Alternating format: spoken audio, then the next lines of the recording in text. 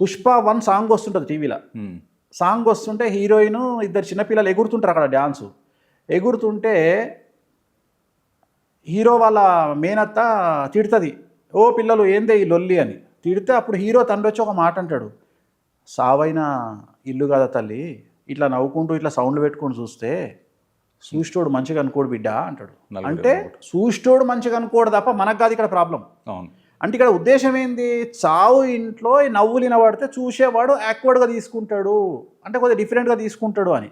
అట్లనే ఇక్కడ పండుగలు నిర్వహించొద్దు అంటే నువ్వు ఉదాహరణ ఇంట్లో చనిపోయినాక దినాలైనాకనో లేకపోతే నెక్స్ట్ మంత్ మాసికమైనాకనో నువ్వు దీపావళి పండుగ వచ్చింది అని పటాకులు కాలిస్తే చూసినోడు ఏమనుకుంటాడు అంటే, అరే వీని ఇంట్లో తల్లో తండ్రో చనిపోయిండ్రు, వీడు బాధపడకుండా వీడు ఏందిరా నాయన పటాకులు కాలుస్తుండు అని అంటారు తప్ప అందువల్ల జనాల కోసమని వీటిని దూరం పెట్టాల్సి వస్తుంది తప్ప శాస్త్రం ఎక్కడ ఏమీ చెప్పలేదు.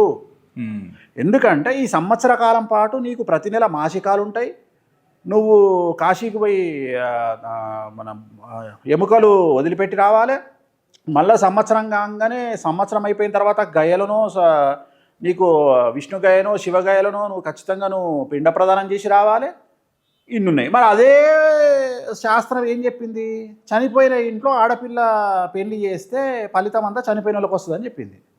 ఎందుకు చెప్పింది అంటే ఈ లోపల చనిపోయింది తండ్రో తల్లో అయితే వాళ్ళ ఇంట్లో అన్నదమ్ములు ఉంటే ఆడపిల్ల పెళ్లి చేయమని చెప్పింది. ఎందుకు అంటే ఇటు సంవత్సరం అయిన తర్వాత ఇటు పెళ్లి చేసుకుంటే బాధ్యత ఉంటుందో ఉండదో, వీనికి వచ్చిన పెళ్ళ వీని మాట ఇంటదో అయినదో, ఇంట్లో అంతా గొడవలు పెడుతుందేమో అని భయానికి కొత్త అదే రూల్ ఏం పెట్టింది మనుస్మృతి, ఆడపిల్ల పెళ్లి చేస్తే ఆ కాళ్ళు కడిగిన వాళ్ళకు పుణ్యం వస్తుంది, చనిపోయిన వారికి ఫలం సిద్ధిస్తుంది అని చెప్పింది.